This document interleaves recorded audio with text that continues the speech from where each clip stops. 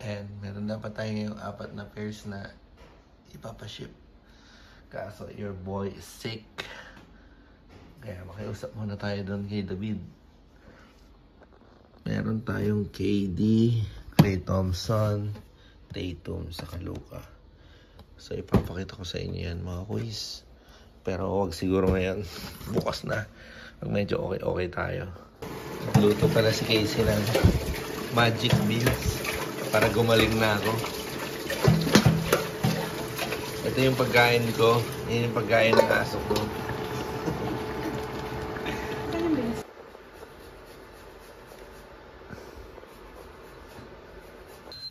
So, day 2 tayo mga kuys. Medyo okay na tayo. Ayan. Binidyoan ko na to, tapos pinadala ko na din dun sa nagpasabay or pabili sa atin. No? Ito pala yung KD 17 na BAD or BAD. Magandang feature nito mga kuys yung kanyang toe materials. And boses ko medyo ano pa, no? Yan. Ang ganda ng colorway. Kaso, hindi talaga to pang outdoor, pang indoor lang. Kita nyo yung ilalim. So, yan. Meron tayo niyan. Tapos, meron tayo nito. Congrats sa Dallas. Ang dating player ng Dallas. Si Luka. Tapos, ngayong araw, no, nakuha nga nila yung first or number 1 pick sa lottery draft. So, ayan. Luka size 10. Motorsport. And, unfortunate news, mga kuys. Si Jason Tatum na injury kanina. Sana hindi malala, no? Ang daming ganap ngayon sa playoffs. And then, syempre ito, Anta, Klay Thompson.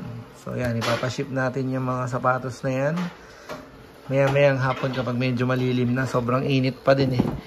So, ayan. Yung iba, paparating pa lang. Papakita ko din sa inyo yun. John David, Concepcion.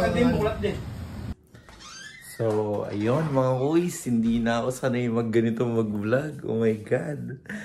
So, ayan, bale, 3rd day natin ngayon mga kuys. Nung Lunes, botohan, hindi tayo nakaboto. Tas nilagnat tayo. 2nd day, kahapon, napagpahinga na tayo. Pero rest pa din tayo nun. Tapos ngayon, nakapasok na ako sa work. Yun yung mga nangyari sa akin sa loob nung mga nakaraang 3 araw. And ngayong araw, nakabalik na din ako sa work after ko magkasakit. And then I had to deal with some of my mistakes dun sa trabaho ko. Kasi importante pa din yung naririnig mo yung may mga mali kang nagagawa. Para sa akin, sobrang critical nun. Although minsan talaga hindi kasi siya acceptable sa tao, no, para pag nasasaway ka, na pupuna ka, masakit siya totally, 'di ba? Kasi parang feeling mo ginawa mo naman yung part mo, pero may mga na-miss ka. Di mo alam bakit nagawa mo 'yun, napindot mo 'yun or what. Pero I'm so grateful dun sa leader ko. Every time na kakausapin ko siya is sobrang nagpi-pray ako na meron siyang patience para sa akin, kasi hindi naman madaling mag-handle ng isang tao, di ba? And mag-correct ng tao.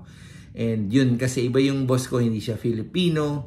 Pero yun, super grateful ako na I get to work with them. And I get to experience yung level of professionalism na meron sila. So, bale, kaya tayo nandito is gusto ko lang din palang i-check yung aking stocks. Konting-konti na lang yan. Tapos, yun, titignan natin kung ano pa yung magiging takbo ng Quiz Kicks.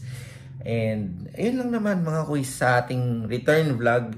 Kwentuhan lang muna kasi iniisip ko pa, ini-stimulate ko pa kung ano yung mga type of vlogs yung pwede natin gawin dito sa channel para buhayin. Ito ulit na may mga sneakers pa din naman. Pero yun nga, since hindi naman tayo frequent or palaging nakakapunta sa mga stores at wala na tayong time dahil sobrang layo natin, eh yun, gagawa tayo ng mga ideas na pwede nating i-upload dito sa channels. Ano pa ba? Siguro yun na muna para sa ating unang vlog, mga kuys. Maraming salamat sa panonood sa aking, hindi ko alam kung anong tawag sa vlog na to, pero super random vlog. And magkita-kita tayo sa susunod. Kung gusto mo yung mga ganitong vlog, mag-subscribe ka lang, tapos panoorin mo yung susunod. And then syempre, i-like mo na tong video. Paalam muna.